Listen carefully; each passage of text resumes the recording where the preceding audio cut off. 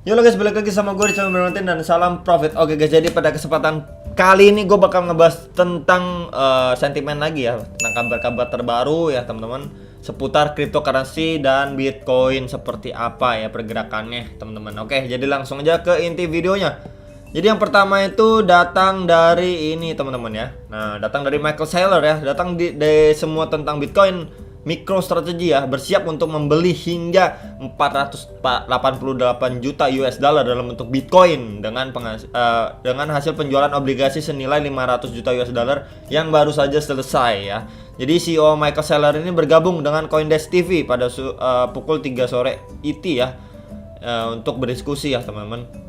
Ini waktunya mereka nih 3 PM IT ya teman-teman ya. Nah guys ya, jadi ini seperti interview gini ya teman-teman ya. Nah disiarin juga nih tuh teman-teman di CDTV ini ya, Michael Saylor. Jadi ini adalah kabar bagus juga ya teman-teman, kalau misalkan sekelas MicroStrategy aja mengeluarkan dana lagi nih ya. Ini dana yang cukup besar juga ya teman-teman ya, untuk membeli Bitcoin ya.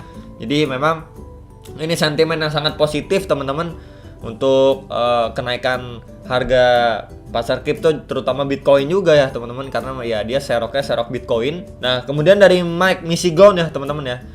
Jadi di sini dia ada info juga ya. Ini dia seorang analis juga ya. Jadi dia info nih ya, $20.000 ya atau $100.000 nih next buat Bitcoin ya. Jadi mau ke atas atau ke bawah nih teman-teman ya. Jadi menurut dia pribadi nih teman-teman ya, untuk perkembangan lebih lanjut itu lebih dekat mengarah ke OTW $100.000 untuk si Bitcoin ketimbang ya ngedam sampai $20.000 US dollar ya teman-teman.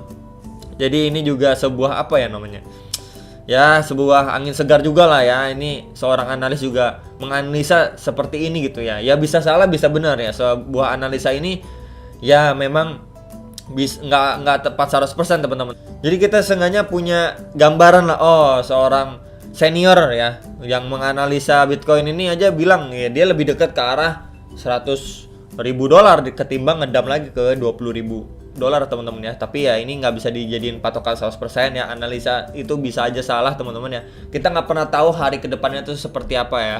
Jadi ya setidaknya kita ya punya harapan lebih lagi lah gitu ya teman-teman ya. Jadi walaupun memang perkembangannya nanti di dalam perjalanan menuju ke $100.000 itu pasti ada naik turunnya teman-teman ya.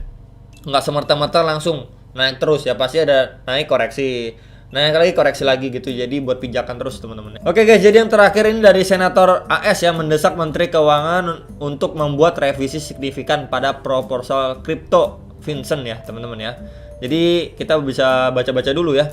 Senator AS Tomei ya telah mendesak Menteri Keuangan Janet untuk membuat revisi signifikan terhadap peraturan kripto yang diusulkan oleh Jaringan Penegakan Kejahatan Keuangan Vincent ya, dan rencana adopsi panduan yang dikeluarkan oleh Gugus Tugas Aksi Keuangan FATV ya teman-teman ya, V. Senator meminta Janet Yellen untuk merevisi usulan peraturan kripto AS nih ya teman-teman. Jadi dia pengen nih ngusulin kalau misalkan direvisi nih peraturannya. Kenapa direvisi? Ya, kita bisa baca juga nih teman-teman ya. Aturan yang diusulkan Vincent ya mungkin juga terbukti kontraproduktif dalam memerangi aktivitas terlarang. Dengan membatasi privasi individu dan kemampuan untuk bertransaksi dengan lembaga keuangan, aturan tersebut kemungkinan akan mendorong pelaku kejahatan untuk menggunakan metode yang tidak berhubungan dengan lembaga keuangan ya. Jadi istilahnya intinya itu memang pengen diadain revisi itu biar ngeprotek gitu ya orang-orang yang bertransaksi via cryptocurrency gitulah teman-teman ya, dari tindak-tindakan kejahatan gitu. Jadi memang istilahnya di luar negeri emang kita udah beberapa hari belakangan ini memang untuk regulasinya segala macam lagi dikembangin terus ya teman-teman, untuk perlindungan para retail gitu ya dari aksi-aksi kejahatan ya. Jadi menurut saya itu bagus banget diperhatikan gitu teman-teman ya. Orang-orangnya itu benar-benar diperhatikan gitu ya, nggak cuman dimintain pajak doang menurut saya. Cuman ya ini dia perhatian khusus atau perhatian lebih itu wajib ya diberikan gitu loh teman-teman. Jangan nanti ya waktu ngeliat wah kripto ini bisa ngasilin banyak terus dipajakin ya, tapi untuk dari segi regulasi dan sebagainya juga nggak diperketat ya, nggak diperbagus untuk perlindungan para pemain di area kripto ini ya. Menurut saya ini salah satu langkah bagus juga ya teman-teman. Kemarin-kemarin juga kita udah sorak terdengar juga seperti ini ya teman-teman.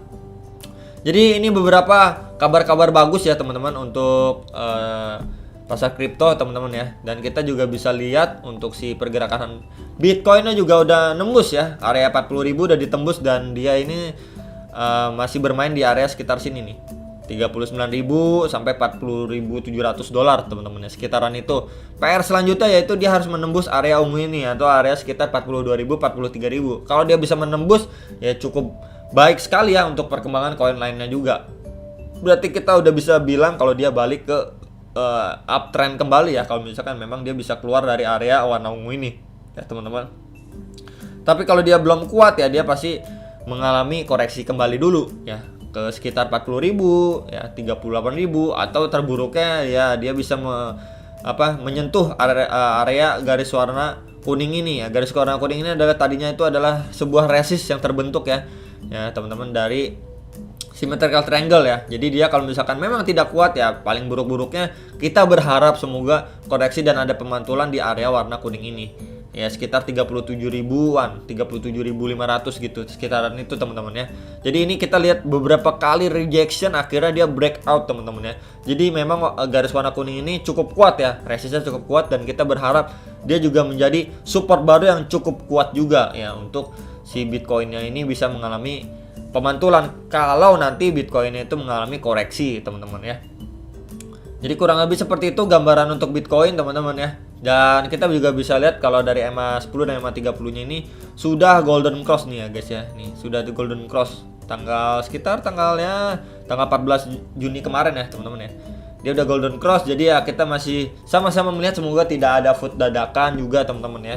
Dan dia ya bisa tembus dulu area ungu ini ya, itu yang kita harapkan semua. Terus kita bisa lihat juga kalau misalkan kita cek untuk Bitcoin dominance ya, seperti apa. Nah ya teman-teman, dia memang kemarin itu mengalami kenaikan juga nih ya si Bitcoin dominance, dan sekarang lagi konsolidasi juga. Yang kita berharap ya dia supaya bisa mengalami yang namanya sideway dulu teman-teman ya. Nah ya kita berharap dia sideway seperti ini di area sinilah.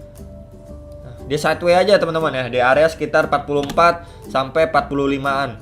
Ya dia sideway begini, stabil, tapi Bitcoinnya naik perlahan gitu ya. Yaitu adalah kita bisa lihat perkembangannya untuk altcoin nanti naiknya cukup lumayan banget gitu teman-teman ya. Jadi itu sekilas kita udah ngebahas Bitcoin dominance, kemudian juga harga Bitcoin, dan beberapa info yang kita bisa lihat ini adalah beberapa sentimen yang positif juga ya teman-teman. Ya ini kenapa positif ya, balik lagi karena diperhatikan banget nih ya teman-teman. Untuk si kriptonya diperhatikan, ini juga seorang senior analisa ya teman-teman ya. Dia bilang seperti ini juga angin segar juga buat kita punya harapan baru lagi ya. Kemudian juga datang dari MicroStrategy ya, menggelontorkan dana sebesar 448 juta US dollar untuk nyerok Bitcoin atau membeli Bitcoin gitu teman-teman. Jadi ya ini ya beberapa kabar bagus juga ya teman-teman. Tapi saya ingin mengingatkan juga ya untuk atau menyarankan tetap berhati-hati teman-teman ya. Karena kita nggak pernah tahu dam susulan itu kapan terjadinya gitu ya. Pasti mereka ya istilahnya kayak Biden dan lain-lain itu kan belum speak up tuh teman-teman ya, belum ngomong apapun dari hasil G7 kemarin ya. Kalau misalkan dia tiba-tiba wah ini saat yang tepat nih ya, dia ngomong apa gitu yang sentimen negatif soal kripto, ya udah amblas lagi harganya gitu kan teman-teman. Jadi tetap berhati-hati, dan bulan ini juga bulan penutupan untuk kuartal kedua teman-teman ya. Jadi ya bisa berhati-hati sekitar tanggal 25 sampai tanggal 30-nya itu mungkin bisa terjadi koreksi juga teman-teman ya. Dan kita tahu juga teman-teman ya, kalau misalkan tanggal 24 itu udah open NFT marketplace ya, dari Binance itu open teman-teman. Jadi ya bagaimana pendapat kalian bisa komen ya teman-teman ya. Apakah nanti ya kalau misalkan terjadi penurunan atau memang kuat ditahan gitu sama NFT marketplace ya, kuat nggak nih ya? Ya harganya kalau misalkan di dam apakah kuat atau tidak nih teman-teman ya. Jadi kalian tulis di kolom komentar teman-teman ya. Menurut pendapat kalian seperti apa ya nanti untuk ya akhir bulan ini lah perkiraannya seperti apa. Oke teman-teman. Jadi itu adalah beberapa hal yang bisa gue sampaikan, dan beberapa hal juga ya bahasan positif mengenai pasar kripto terbaru. Semoga ini menjadi langkah awal yang baik teman-teman ya. Tapi tetap ingat harus berhati-hati juga ya, karena nggak ada yang namanya selalu naik. Di mana ada kenaikan pasti ada penurunan, dan di mana ada penurunan itu pasti ada kenaikan. Oke guys, dan sampai jumpa untuk next video. Salam profit. Bye.